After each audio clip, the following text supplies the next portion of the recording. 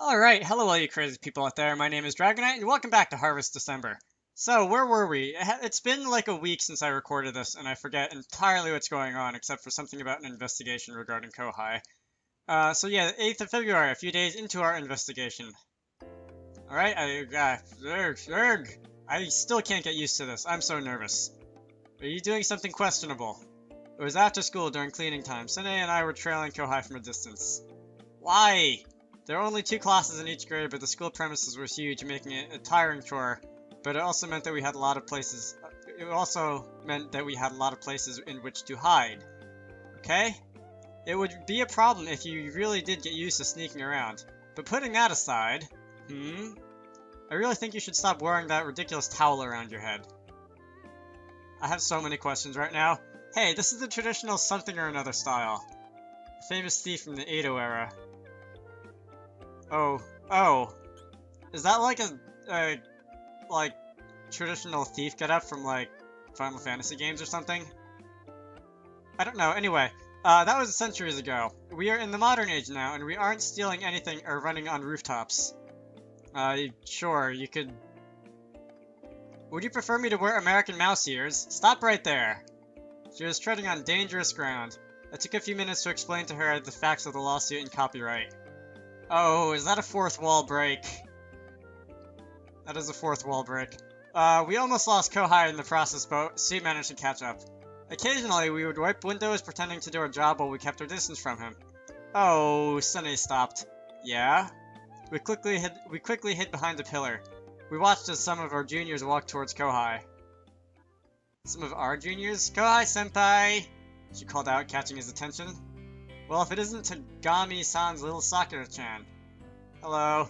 Don't call me that, you make me sound like a baby. Well, why not? It suits you. Kohai patted her on the head. I mean, this is a visual novel after all. You're treating me like I'm a baby too. Sorry you don't like it, but to me, you're still little Sakura that got stuck in a tree. They got stuck in a how? Mind, it took some effort to save you then. I'm grown up now, don't treat me that way. You keep your hand on my head though. Like I said, this is a visual novel. You're being weird. Hey, your hair feels softer than usual. And you would know that how? I curled it just a little, but even my friends didn't notice the change. How did you... Because I've got fingers as sensitive as a sushi master when it comes to your hair. Oh, I'm sure Sene is going to be very happy about this. We've heard that joke before. Is he turning senile? Can he be more original? Sene? You've still got that smile on your face, but it's obvious you're angry since I can see the veins protruding from your forehead. Please stop that. You're scaring me. You'd be scaring me too. He's using the same joke he uses when he talks about my weight on a different woman. It's no big deal even if he's sensitive to how soft Sakura's hair is. Screen shake. Yeah, it's a real problem. He shouldn't be saying things like that to every girl she knows. Please stop hitting me. Grrr. There has got to be an easier way to do this, you know. Grandpa wants to see you. I thought I should let you know. Grandpa Tagami. Didn't we meet him in the last chapter? Excuse me, my headphones aren't, set on my head properly. Okay, that's a little better. Remember what happened at the end of last year? Well, he got pretty tired after that and has been under the weather since. He'd appreciate it if you came over for a chat just to keep him company. You did help out a lot, making phone calls and whatnot. I don't know if I'd be in good company, though. I really don't have any interesting stories to tell. Oh, you don't have to tell him stories. He just wants to see if you're good enough for me. Nothing. Forget I said that. Oh, this is going downhill quickly. What did you say? You're talking so fast. Anyway, what time do you want me to visit? Huh? He wants me to visit, right? Well, what time am I supposed to go? Are we going after school? You mean you'll come? Sakura looked surprised, as if it were too good to be true. What reason do I have to decline the invitation? Usually guys get pretty intimidated. Is that so? Kohai replied affably, and proceeded to get a broomstick from a cupboard. Senpai? Come on, let's finish this up. No, you don't have to help me, I can do this myself. That's what all kids say, Kohai grinned as he ruffled her hair. Hey! It took some time to style this morning, don't mess it up. Ooh, you were styling your hair? Playing grown-up now, are you? I am grown-up, I grew up for you. Oh, this is not gonna make Sene happy. Huh? Forget I said that too. Alright, let's just finish cleaning up and go. Sakura, I need a hand from you before we visit Grandpa Tagami. What? You want my hand? What are you saying? I just wanted you to help me find a gift for him. I can't really go empty-handed, can I? Oh, is that it? Right. Of course, Sakura pouted. Why are you mad? Well, this is hard for me to ask, but... What? Can I borrow some cash? You're asking me when you're going to buy gifts for my family? Please, I don't have enough on me at the moment. I'm depending on you. Alright, you owe me. Thanks, my savior. I'll even pay you back with my body if you want. Call me your dog if you wish. I'm at your disposal. Alright, it's no big deal. You don't have to be so extreme. Calm down. Did you say you'd pay me back with your body? Grrr. Yeah, I was, figuring you'd say that. Well, General Sine? What is it, Lieutenant Masaki? Please let go of your towel you're wringing in your hands. You're destroying it. Surely enough, the towel Sine was holding had torn a tear from her wringing. It was even fraying at the ends.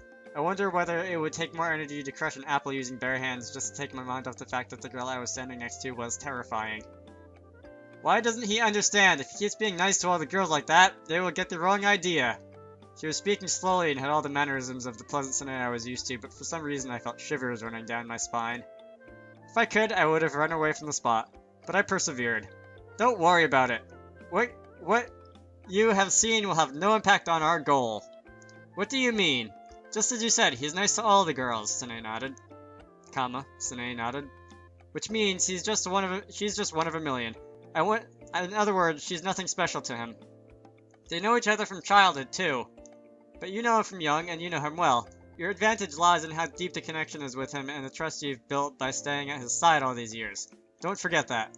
You still got an advantage. From what I've seen, she's the type that likes working from the outside in on the other people around her. She's not going to make the first move. Nothing is going to change for her. The first move? Sine? Oh! Sine turned beet red and covered her face with her hands. I see you're an expert in image training. Sine was muttering to herself now, and from what I could hear, she sounded like she was reading a play. Kohai, I've loved you all of my life. Kohai takes Sine's hands. Sine, so have I. Oh! What did I just read? I sighed. I was prepared for this since I had an idea of what I was getting myself into when I agreed to help out. Why did you agree to help out? I wasn't worried about Sakura Tagami at all. I was pretty sure she wouldn't be a problem. Sine wouldn't need any help from me. Before I realized cleaning time was over, and Kohai and Sakura had left. Oh, that was the whole statement. Operation Mayuri Yusuji. Alright. The 10th of February, a week into our investigation. Yes, I was sure Sakura wasn't going to be a problem. No one except members of the student council are allowed in. But the problem, I realized soon after, lay elsewhere. If the council isn't open to students, I think that should be changed. The council of students, by students, for the students. Grrr. Grrr. Hey, Masaki. What is it, Kohai? What's wrong with these two? Don't ask me. We're just about to end our investigation week when Kohai was called to the student council to help. Naturally, we followed him being nosy about the matter. Because that's always helping out. Because that's always, helpful. That's always... Never mind. What are you peeping at us? Why are you peeping at us? And we got found out. Everybody's favorite enemy, Mayuri Yusuji, had her claws out waiting. She was a small girl, even shorter than Mizuho, but still, she managed to intimidate teachers twice her size. She had her hair neatly clipped short, and always had her hands on her hips, ready to take anybody on. Mayuri, calm down. Be nice. You're making the council look bad. If you say so, Kohai-senpai. But Kohai was an exception. Kohai is not a member of the council too. Don't call him by his first name so familiarly. Don't call him— my face isn't an inch from my 3DS, I shouldn't do that. Don't call him by his name so familiarly. Read it yourself. Kohai-senpai is here to help, unlike you, Marino-senpai, who's obviously just here to be peeping Tom with dirty motives. How'd you guess? What do you mean, dirty motives? What made you say that? Your eyes. Grrr. Miss Mayuri? Mizuho, who is sitting at her desk, raised an arm meekly. What is it? Have you gone through the documents I've given you? About the receipts and the numbers here, can't we calculate them without the decimals? Bad idea. What are you saying? You're the head of council. You shouldn't make suggestions to do things by halves. Seems to me you don't understand the importance of money. Let me give you a lesson or two. Listen about money. Listen, comma, about money. Continues. So, she's like just going on and on, right? Alright, whatever. Mercy, mercy, please forgive me. Forgive me for being bad at math. Forgive me for being alive and having grades so low I'm in the bottom of my grade. Mizuho was completely defeated. As long as you get my point, why are these trespassers still here? We have important things to deal with. You people, leave, now! But, Kohai-senpai, can you help me with the usual? Miyori pointed towards the steel cupboards filled with folders. You just tell me what to get, I'll get it for you. Only I know how the documents are filed, so it's faster if I get them. Because our head of council ran away when we did the filing. Good job. Mizuho trembled in fear, the way small rodents do when they are cornered. Please hurry. I prefer to do this while the other two are still looking. I prefer to do this while the other two are still looking. Alright. You're getting really heavy lately, do you know? Despite his grumbling, Kohai put his hands around Mayuri's waist and lifted her above his head. Say that I'm gaining courage. It's closer to the truth. Mayuri replied as she rummaged through the folders. Well, you're still lighter than Sanae, that's for sure. She's just fat. She's the type that accumulates her weight around her stomach. I'm not like her. And that is when I saw it. Mayuri Yusiji, while being carried up high in Kohai's arms, was looking down at Sanae triumphantly. I could hear her laugh through her nose. Oh, she wants to die. I can hear Sanae's blood vessels and her temples expand in anger too. They were frightening. They made frightening snapping noises.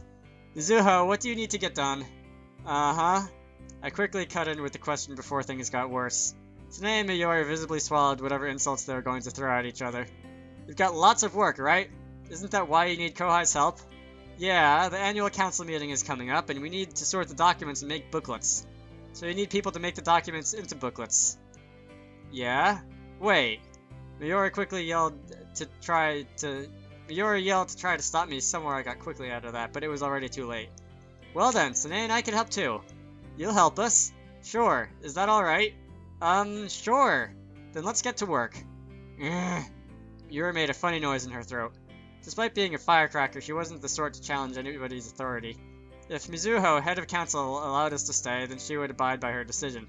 Hey Mayuri, can I put you down now? My arms are starting to hurt. I'm almost done. Kohai tilted his head, unaware why Mayuri looked so disgruntled. Looks like you need somebody to photocopy these documents. That's supposed to be my job, Kohai said as he lowered Mayuri to the ground. She had an armful of folders now. And I suppose you need to calculate the remains of your receipts for the final statement of finance. I looked at Sanae. I really can't get my head around this. Mizuho reacted just the way I wanted her to. You're hopeless, Mizuho. Mayuri, do you mind helping her out? But who's going to help you, Kohai-senpai? Come on, Sanae, let's go. Sure. The two walked out of the classroom. Before they left, Sanae spun around and stuck her tongue out at Mayuri. You guys are in what grade now? I heard the sound of Mayuri's blood vessels popping in her temples. The secretary of the Students' Council was quietly typing away at her laptop, making the last of the documents needed. Right. I helped her check for errors while we waited for the two to come back. Mayuri was being extra harsh on Mizuho as she taught her how to do the calculations. She served some tea to all of us at one point, and when she brought my cup, she whispered in my ear, Don't you think I will ever forgive this, Towada's bitch? I was instantly depressed. For what? What did he do? You got the short end of the stick. School council secretary Mizukami-san whispered to me. You made Mayuri Yasuji your enemy, but you've gained nothing from it. I know that. I still don't get exactly what she's mad at, besides that he's in the room. Why are you smiling then? I know it's not exactly a smart thing to do, but... Did you hedge the risk at some point? The door opened. Sorry to drag you into this, it must be heavy. No, not at all, I can handle it. Sanae looked over at the moon as she spoke to Kohai. Oh, she looked over the moon, not over at the moon. So I was gonna say, what does that have to do with anything? It was the right thing to do for a friend. You're an idiot, Masaki. Yuki tells me that often. You really are. Mizukami-san repeated, but she was smiling too. Mizukami, Mizukami, Mizukami. I'm gonna get that eventually.